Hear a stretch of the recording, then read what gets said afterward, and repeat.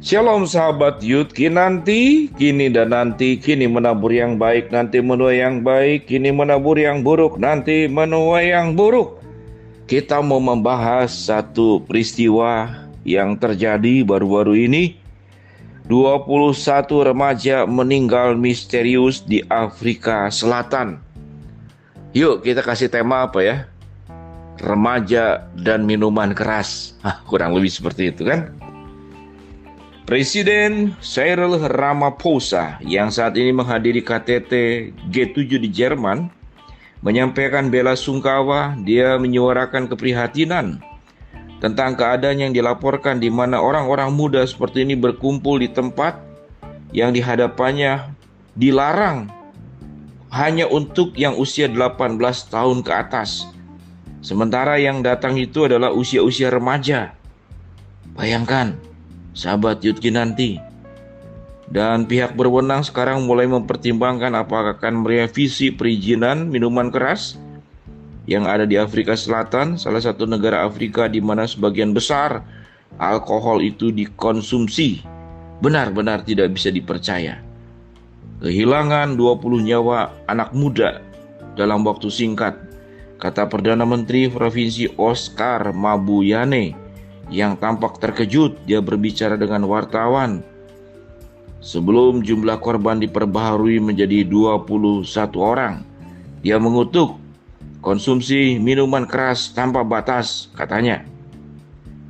Anda tidak bisa hanya berdagang di tengah masyarakat seperti ini dan berpikir anak muda tidak akan bereksperimen. Marah-marah. Katanya dalam luar kedai minuman di kawasan perumahan bernama Taman Pemandangan itu, botol-botol kosong alkohol wig bahkan selempang selamat ulang tahun berwarna ungu pastel ditemukan berserakan di jalan berdebu di luar Enyo Beni Tavern berlantai 2. Tidak ada luka tubuh di korban. Seorang pejabat keamanan pemerintah, Unati Bingose, mengatakan tidak ada luka terbuka yang terlihat. Dia juga mengesampingkan penyerbuan sebagai penyebab kematian. Penyelidik forensik akan mengambil sampel dan menguji untuk melihat apakah ada keracunan dalam bentuk apapun, kata Bingose seraya menambahkan bar itu penuh sesak. Sementara kabar lokal Dispatch Live melaporkan di situsnya, mayat-mayat tergeletak berserakan di meja, kursi, dan lantai. Kasih musik serem. Tanpa tanda-tanda cedera yang jelas. Orang tua dan pejabat mengatakan mereka memahami banyak dari yang tewas adalah siswa yang merayakan pesta pens down yang diadakan setelah ujian sekolah menengah berakhir. Televisi lokal menunjukkan petugas polisi berusaha menenangkan kerumunan orang tua dan penonton berkumpul di luar bar kota yang terletak di Samudra Hindia, hampir 1000 km selatan Johannesburg, ibu kota Afrika Selatan. Sahabat Yogi nanti, apa yang kita pelajari daripada peristiwa ini? Pertama, peristiwa ini adalah peristiwa perayaan karena kelulusan sekolah dan pelanggaran, yaitu masuk ke kedai minuman yang sangat marak di Afrika Selatan, sementara usia mereka belum mencapai 18 tahun ke atas. Namun di dalam Alkitab, jangankan 18 tahun ke atas, segala usia minuman yang memabukkan itu tidak diizinkan, kecuali ada anggur yang memang dengan faktor kesehatan dan dengan ada pertimbangan medis yang bisa dipertanggungjawabkan. Dalam hal tertentu diizinkan. Namun dalam firman Tuhan dikatakan dalam Efesus 5 ayat ke-8, janganlah kamu mabuk oleh anggur, karena anggur menumbuhkan hawa nafsu, tetapi hendaklah kamu penuh dengan roh. Sahabat Yudki nanti, saya kenal satu orang yang memang pemabuk berat. Ya dia tidak ngajak minum saya gitu kan. Ya dia tahu, masa ngajak minum Pak Pendeta, minum minuman keras.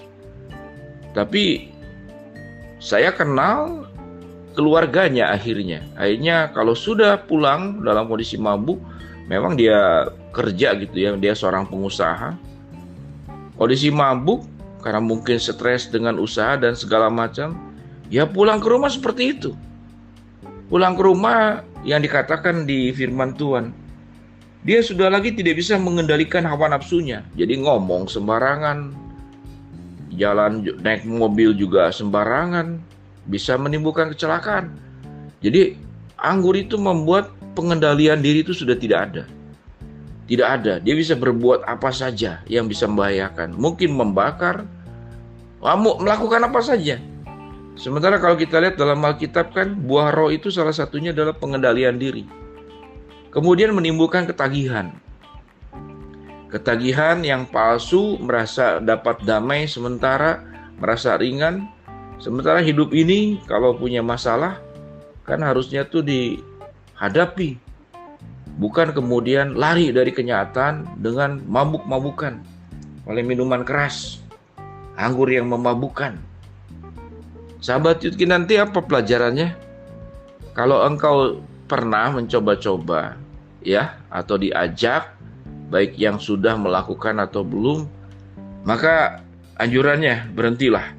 Walaupun kita tidak tahu 21 remaja yang ada di Afrika Selatan itu meninggalnya karena apa, masih dalam penyelidikan. Tapi yang jelas mereka meninggal di tempat di mana tempat minuman keras yang dikhususkan buat usia 18 tahun ke atas.